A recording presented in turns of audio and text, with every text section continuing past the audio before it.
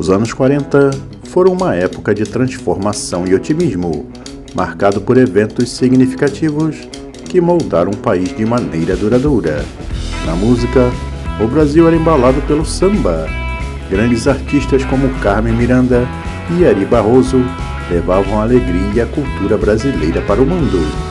Durante a década de 40, o Brasil ainda dependia da importação de carros de outros países, principalmente dos Estados Unidos. Modelos como o Ford Modelo T e o Chevrolet 35 eram populares entre os brasileiros. Senhoras e senhores, sejam todos muito bem-vindos a mais um vídeo do nosso canal. Meu nome é Renato e gostaria de convidar os gentis amigos a embarcar nessa viagem e conhecer os carros que circulavam nas ruas brasileiras dos anos 40.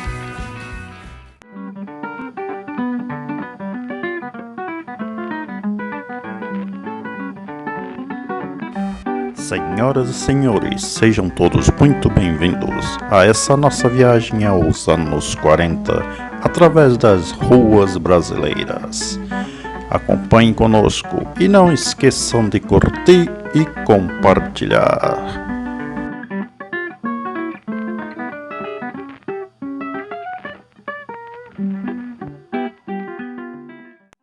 A década de 40 foi marcada pela Segunda Guerra Mundial, onde nossos carros começaram a usar como combustível o carvão, devido à escassez da gasolina. Era a época do gasogênio. Mas no Brasil a industrialização finalmente começava, a Companhia Siderúrgica Nacional saía do papel, e nossa frota aumentava aos poucos. Vamos conhecer os veículos que circulavam pelas ruas brasileiras nesta década.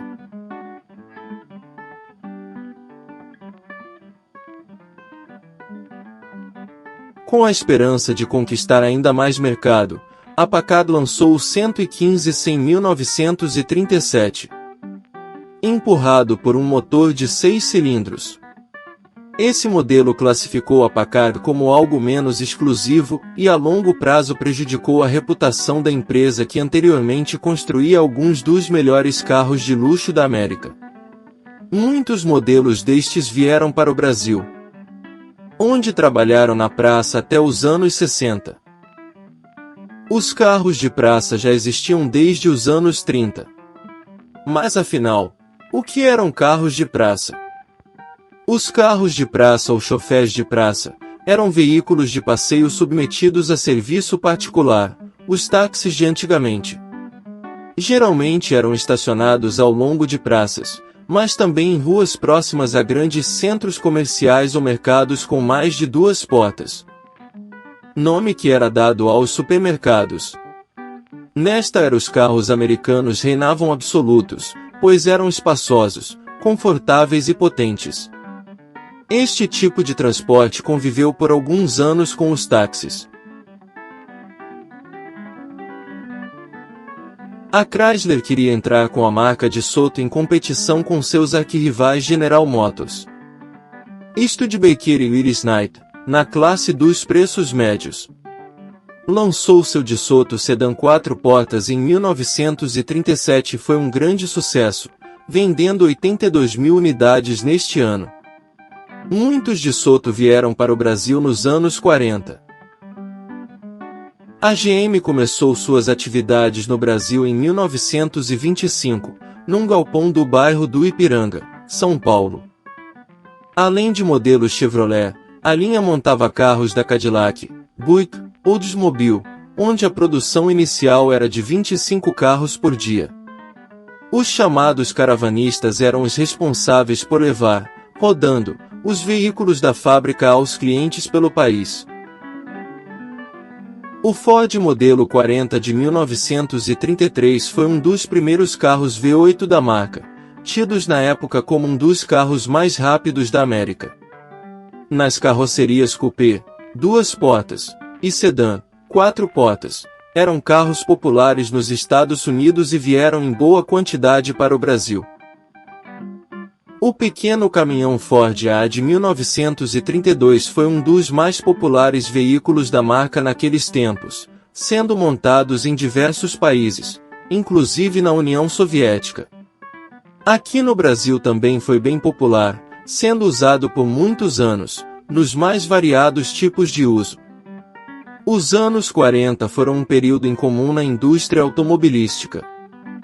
Assim que os carros de luxo começaram a sair das linhas de produção pela primeira vez, os preparativos pré-guerra se aproximaram. Em pouco tempo, a produção de carros parou completamente para os civis. O Ford Deluxe Coupe 1940 era um dos vários acabamentos produzidos nos anos anteriores à guerra. Em 1942, a indústria automobilística norte-americana suspendeu totalmente a produção de carros, se voltando exclusivamente para o esforço de guerra. O Chevrolet 1942 Coupe foi um dos últimos exemplares GM produzidos. Ele tinha mecânica 6 cilindros, 216 polegadas cúbicas, câmbio manual de 3 marchas e 90 cavalos de potência. A série F de utilitários Ford foram os primeiros da marca no pós-guerra. Caminhonetes e caminhões, esta série se estende até hoje. Muitos vieram para o Brasil na forma de CKD, onde eram montados pela Ford e vendidos em todo o país. A Chevrolet também teve a sua linha de caminhonetes no pós-guerra. A segunda geração da linha compreendia a picape Chevrolet, a Suburban, furgão e os caminhões.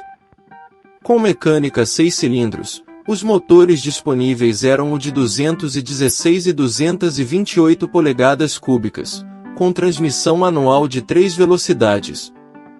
Se tornaram rapidamente populares no Brasil, sendo uma das melhores opções para uso profissional. Outra americana que também se destacou no período foi a Dodge, que durante a guerra produzia caminhões para os aliados. Em 1939, a Dodge apresentou uma linha completamente nova de picapes e caminhões. Formalmente a série T de 1939, a série V de 1940 e a série W de 1941 a 1947, os caminhões se tornaram mais conhecidos como caminhões Dodge Job Hater. Buick Roadmaster. Esse modelo de 49 teve reformulações no pós-guerra. Entre alguns itens modificados, foi o primeiro modelo a receber ventipots, buracos para a ventilação do motor. Além dos ventipots, os chamados Sevipspires, que eram linhas curvas cromadas nas laterais, quase correndo o comprimento do carro. O Roadmaster também tinha sua versão conversível. Carros mais usados no Brasil por quem dispunha de mais recursos. Mas nem só de carrões viviam os brasileiros, aliás. A maioria sequer tinha condições de adquirir um. Quem podia ter, comprava um Fordeco, o popular Calhambeque Ford Bigode. Ford a 1929, o modelo A de Henry Ford foi algo revolucionário. Inspirado no Lincoln da década de 20. Apresentava dimensões menores e era até carinhosamente chamado de Baby Lincoln. Nesse modelo de 1929, apareciam maçanetas externas, nos modelos anteriores eram maçanetas internas. A GM também tinha o seu baixa renda, montado na recente instalação paulista. O Chevrolet Series AC International era um veículo americano fabricado pela Chevrolet em 1929 para substituir o Series AB National, de 1928. Ao todo, 1.328.000 A6 da série foram fabricados em uma variedade de 10 estilos de carroceria. Feito entre 1948 e 1954, o inglês Jaguar foi bastante popular entre os high society brasileiros. O Jaguar XK120 foi produzido na década de 40 para os amantes de velocidade. Tanto que o carro constantemente participava de corridas. Sem deixar a beleza de lado, o veículo foi quebrando recorde atrás de recorde, chegando a ultrapassar 277 km/h em uma pista fechada. Foram mais de 12.000 unidades vendidas.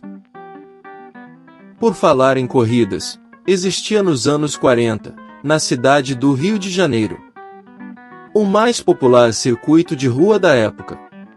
O Circuito da Gávea, também conhecido como Trampolim do Diabo, foi um circuito de rua que abrigou o Grande Prêmio Cidade do Rio de Janeiro. Na edição de 1948, o lendário Chico Landi registrou a volta mais rápida da história do circuito, com 7 minutos e 3 segundos. Senhoras e senhores, gentilmente agradecemos por assistir nosso vídeo até aqui. Se gostaram do formato e do conteúdo, deixe seu comentário. Se não for inscrito ainda, se inscreva por obséquio. Obrigado e até a próxima, pessoal!